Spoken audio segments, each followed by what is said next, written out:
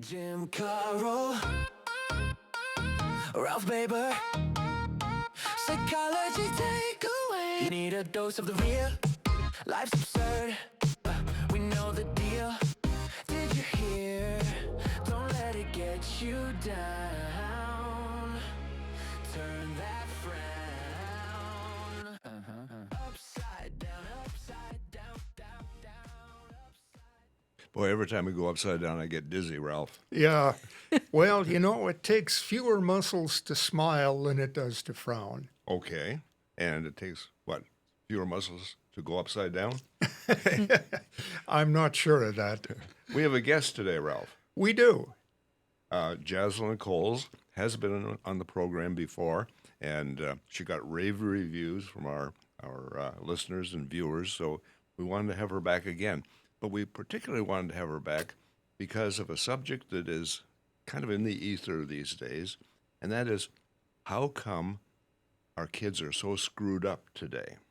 How come Gen Alpha is such a messed up generation, and Gen Z is just about as bad? Well, Jim, that's kind of in some ways a myth, because if we go all the way back to Socrates, Aha. we discover that every generation is messed up according to the generations that preceded it. Uh-huh.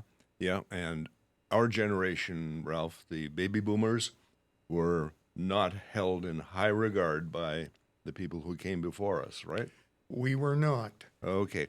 Now, Jaslyn, there's a lot of press out there about how bad these iPad kids are. There are stories about them getting themselves and their parents kicked off of airplanes because they wouldn't relinquish their iPads or turn them off. Do we have a doomed generation out there? Now, you've got your pulse on the university community, right? Yes. Okay. So I do believe that there are different narratives that suit the times that we grow up in.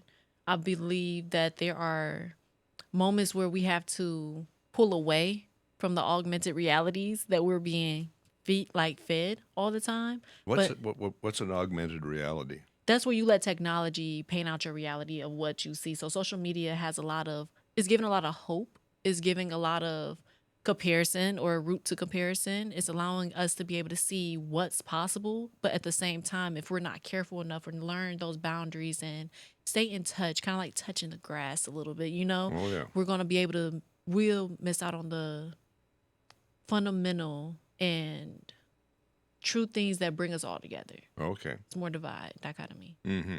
So social media can bring us together or it can divide us. Absolutely. Yeah. But I don't believe we have a broken or lost generation overall. Oh, I think yeah. there's just a new way to go about it now. Well, they process these. Let's take Gen Alpha, kids born between 2010 and 2026. So they're somewhere between the ages of 0 and 16 now. They process information very quickly. They learn by doing. They're great at pattern recognition. Those are some of the things that I've noticed. Because my grandkids are all in the Gen Alpha group, and they don't seem such like such bad kids. And it seems like what they're grasping is a reality that they can work with. Now, the kids that might have trouble might be kids who maybe get devastated by social comparisons, like, oh, I just got defriended.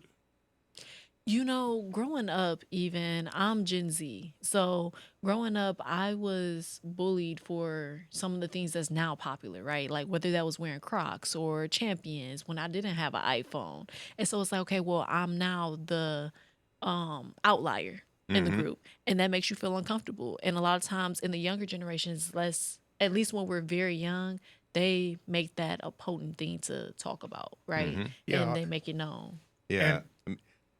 I understood that kids were bullied because they didn't have a Stanley water bottle.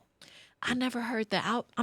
I think the older I'm getting, the less for the hype, So I don't have a Stanley water bottle.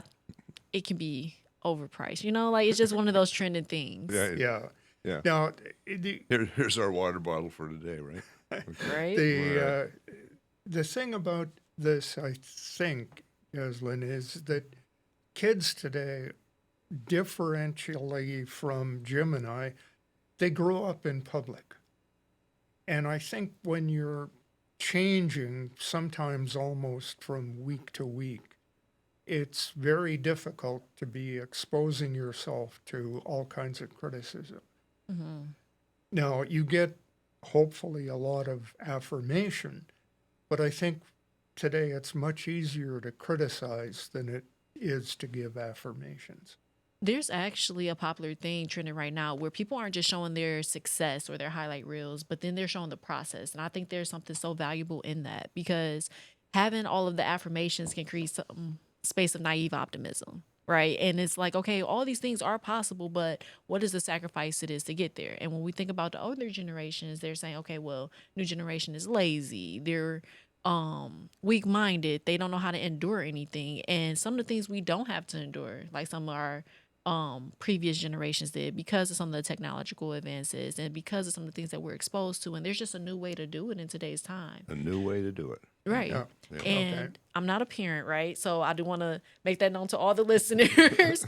But it's similar to where how you would raise a kid, right? If I had a kid, there's certain things I just wouldn't let them have access to. And it's because at a certain time, they may not know how to think for themselves. So you have to give it to them in chunks so that they learn. Even thinking about the college process, right?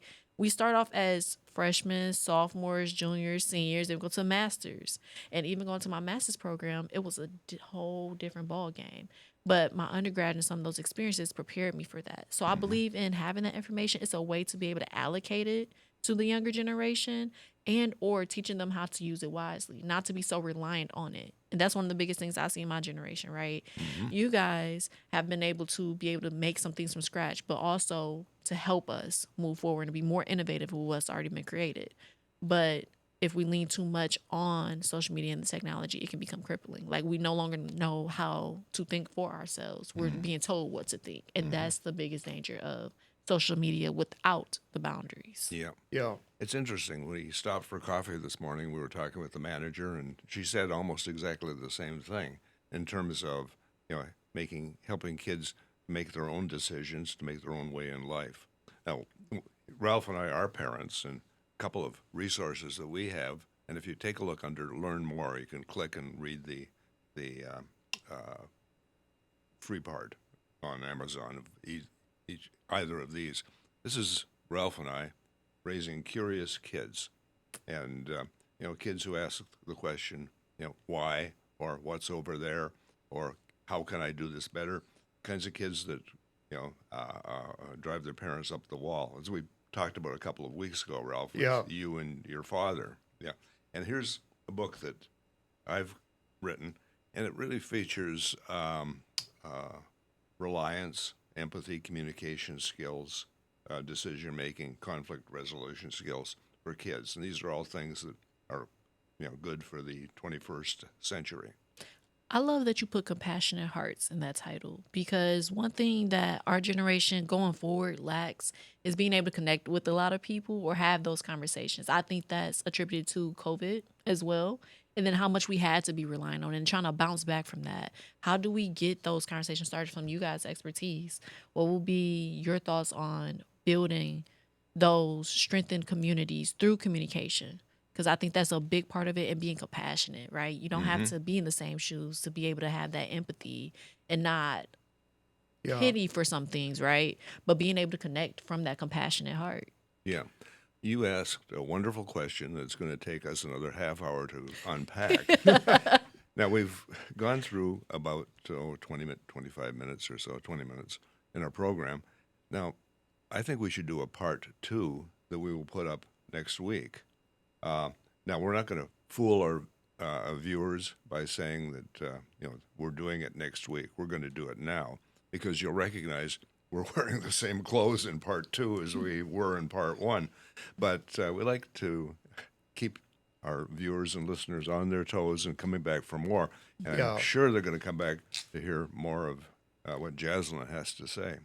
Well, one of the things, Jaslyn, before we end this part is I want to emphasize the allegedly Native American saying that never judge somebody until you have walked a mile in their moccasins.